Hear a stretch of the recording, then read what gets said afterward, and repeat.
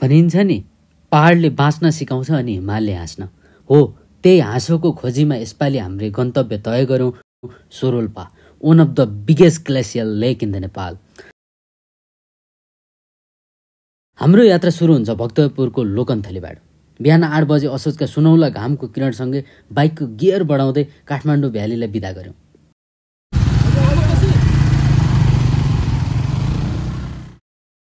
चोरीकोट नपुग्दै कुहिरो र बादलको स्पर्श मज्जैले गर्यौं। कतै लोभ लाग्दा लम्पसार परेर सुतिएको हरिया चौरहरू क्यामेरा र आँखाका रिलहरूमा कैद गर्दै खाना खान पुग्यौं चोरीकोट। पुग्नुपर्ने हतारो र अनुकूल मौसमका बावजुद चोरीकोट बजारमा छुटेका सामानहरू किन्न भ्यायौं र फेरि त्यही नै दिन अर्को गन्तव्य तय गर्यौं छेतछेत।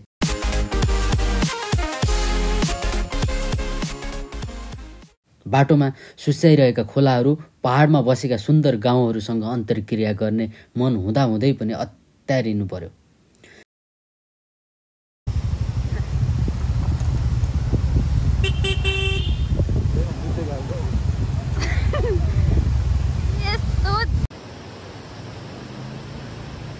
अझ पहाडसँग रिसिएर झरेका झरनाहरूलाई अँगाल्ने रहर हुँदाहुँदै पनि हतारिनु पर्यो। यस्तै बिलौना गाँच्दै करिब 230 किलोमिटरको बाइकको यात्रापछि पुग्यौं छेतछेत।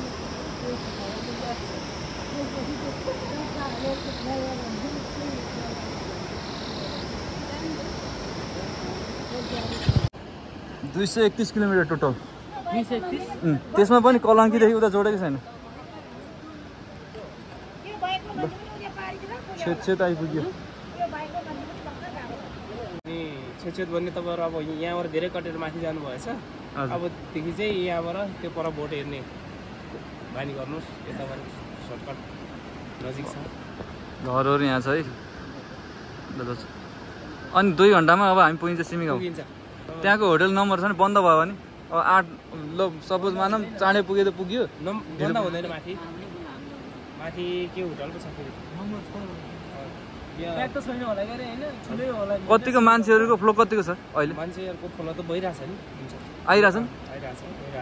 तै पनि फोन यहाँ गर्दिनु हुन्छ साउन्डले। ए हुन्छ। सिमीगाउँ छेत पुग्दा झमक्क साँझ परिसकेको थियो। हामीलाई छेतछेत बस्ने पनि सौभाग्य थिएन। अब त्यहाँबाट जानुपर्ने थियो सिमीगाउँ। दिनको थकान यात्राले 15 मिनेट हिँड्दा नै खुट्टाहरू थरथर काप्न थाले। जसो तसो 3 घण्टाको पैदल यात्रा 5 घण्टा लगाई पुग्यौं सिमीगाउँ। मान्छे सकिनु बस्ने म उहिले त हिँडेर जान्थे होला। कहाँ माथि तर त्यो लास्ट यार माजल सिडी अनि त्यो पनि ठाडो हिँड्नु परेकोले खुट्टाहरू सुन्निन थालिसकेका थिए। सिमीगाउँमै बास बस्यौं। कति बज्यो? हामी राम्रो हिँडेछौँ के हो? 9 बजे। 3 घण्टा लाग्यो तर रातिको टाइम ठिकै होला। ल मिठो है, हामी टार्गेटमा ट्याक्कै आयो। हामी टार्गेटमा आयो। ल ल आराम गर्छौँ एकछिन। ल के छ नि त सिमीगाउँमा सिमीको तरकारी। ल अरू साथीहरू चाहिँ अरू 10-15 जना साथीहरू चाहिँ सुते। हामी चाहिँ खाँदैछौँ। लो चस्मा लाउ भन्छ पिरती लाउन आउ भन्छ मैले कसलाई रोजेको तिमीले खोजेको मैले खोजेको तिमीले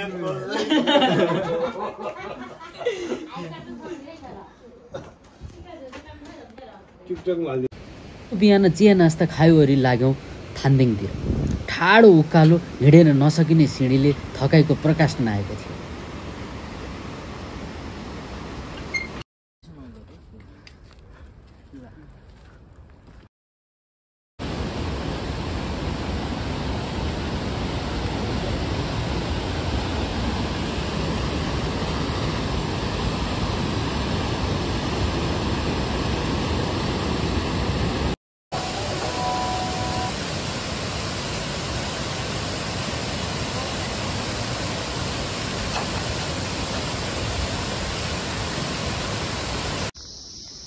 गाउँघरको सूचना यहाँको वडा अध्यक्षसँग पुर्याइदिनु एउटा 3 घन्टामा हिँडेको अहिलेसम्म एउटा गाउँ भेटाएन 3 घन्टै भयो बाटो यो ठाडो हो उपर ठाडो छ यार हिँडेछ सिडी हिँडेछ आउँदै आउँदैन यो गाउँघर आयो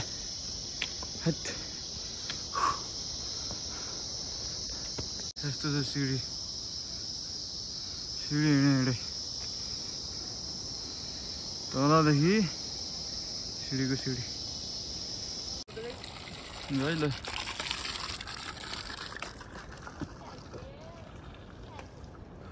सुरमुचेबाट हामी 4 किलोमिटर 1.5 घन्टा डोडाङ हामी 1.5 किलोमिटर 30 मिनट 30 मिनटमा पुगिँदैछ है ल यो सेटअप चाहिँ दामी लाग्यो मलाई माथि बसेर चट्टा खानालाई क्याल्चे लज घर चाहिँ दामी लाग्यो यो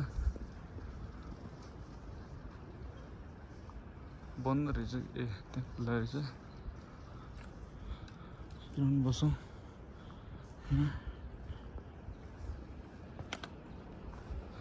टोलीहरू उता छन् पानी खाँदैछन्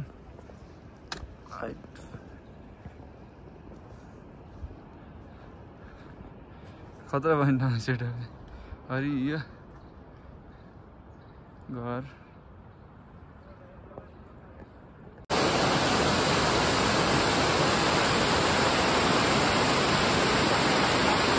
झरना दामी पुल छ यहाँ यस्तो छ यहाँ छ यस्तो छ यहाँ खोला दामी बीच बाटोमा एउटी आमाले खोलेको होटल रहेछ थकाइ र भोक दुवै मेटिने गरी रोकियौँ त्यहीँ यता जाँदा आमाले बनाएको राजमा तरकारी अनि थुक्पा चाहिँ खान नबिर्सियो त्यहाँबाट खाजा खाइसके पछाडि उही उकालो उही सिडीको यात्रा कायमै रह्यो यस्तो दामी के यहाँ दामी भाइस वाला बाटो पनि खोला यो उसको आवाज तामाकोसीको आएर बस्दैछन् ल अब यहाँ यसो खाजासाजा खान्छौँ अनि फेरि लाग्छौँ सही लाग्यो ल पछि आउँदा यहीँ आउँछौँ हामी ल दिदीलाई सबैले सपोर्ट गर्नु एकदम यहीँ बस्नुपर्छ सबैजना ल हामी निस्किन्छौँ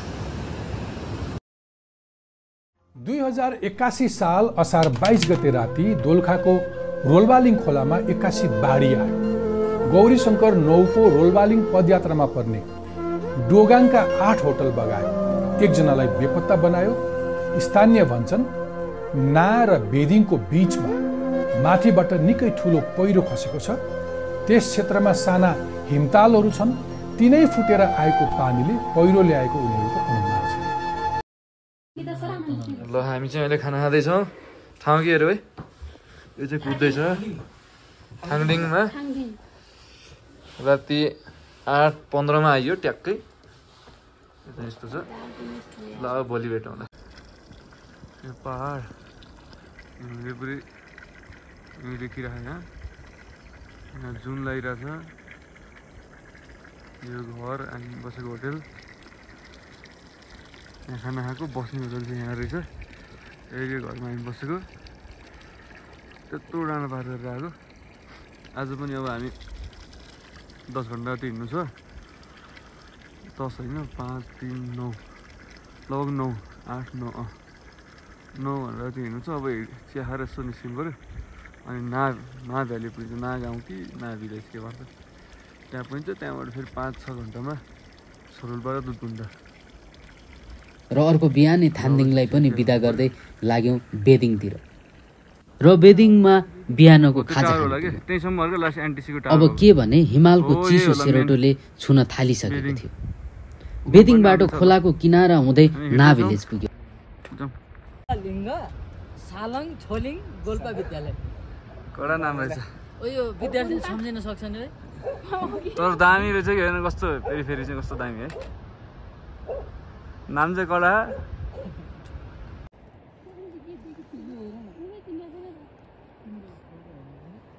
यात्रा त्यहाँ पनि रोकिएन जसरी पनि आज सोरोल्पा पुग्नुपर्ने भएकोले साँझलाई पनि व्यवस्था गर्दै फेरि सिँढीसँगै उकालो चढिरह्यौँ।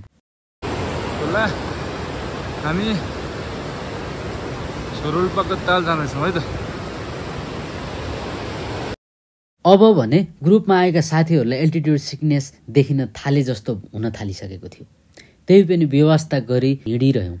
सोरोल्पा पुग्नै लाग्दा हिमालले केही हिउँका थोपासँगै स्वागत गर्न पुग्यो, जुन सुन्दर थियो, मनमोहक थियो। लगातार 14 घण्टाको हिँडाइपछि पुग्यौँ सोरोल्पा। त्यहाँ एउटा मात्र होटल रहेछ, भाग्यवश भर्खर खुलेको रहेछ। र भोलि बिहान देखिने सोरोल्पाको सुनौलो दृश्यको कल्पना गर्दै त्यो राति सुत्यौँ।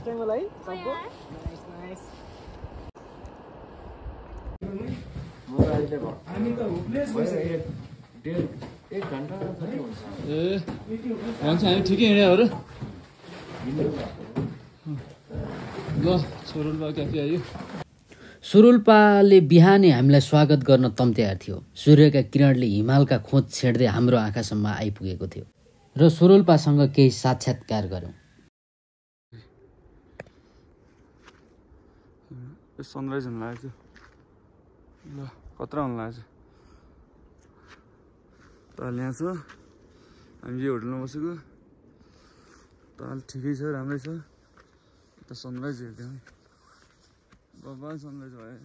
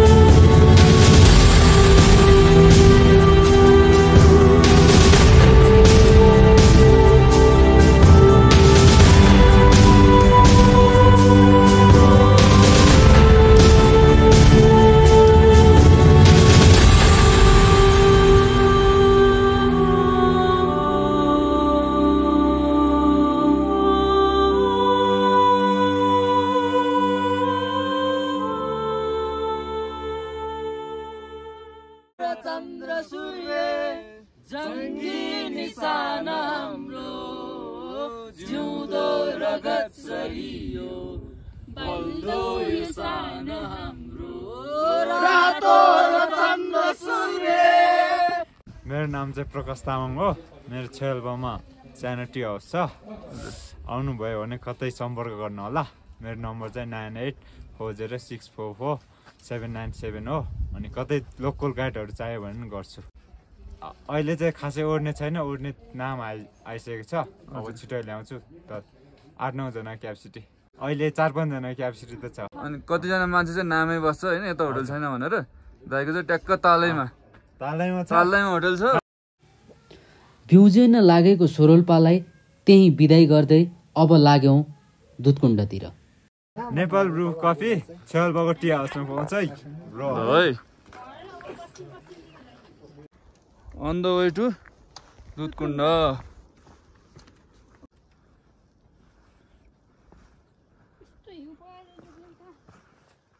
है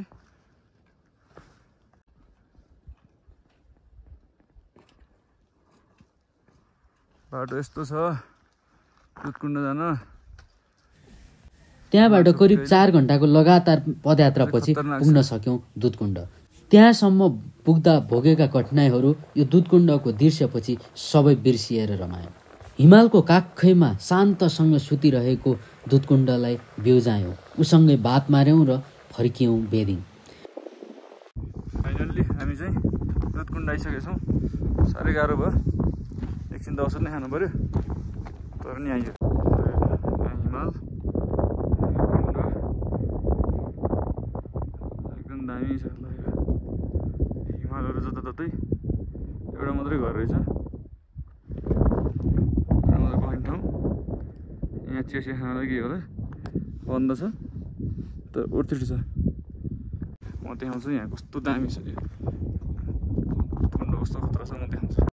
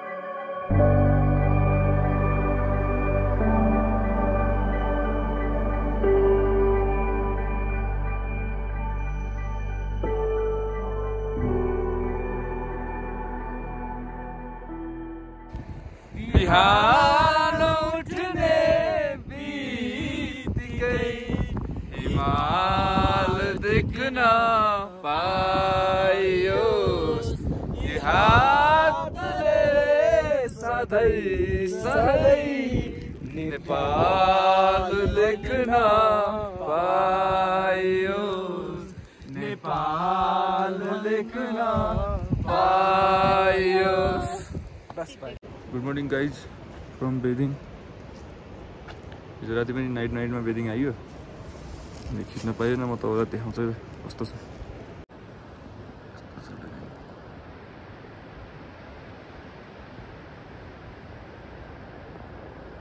हामी बेदिङ र नाता हामी बस्दै बसेनौँ हिजो चिया खाना मात्रै भुल्यौँ यता गुम्बा छ बेदिङको यस्तो छ गुम्बा छ अब हामी निस्किन लाग्यो आज हामी चरीकोट पुग्ने टार्गेट हो के हुन्छ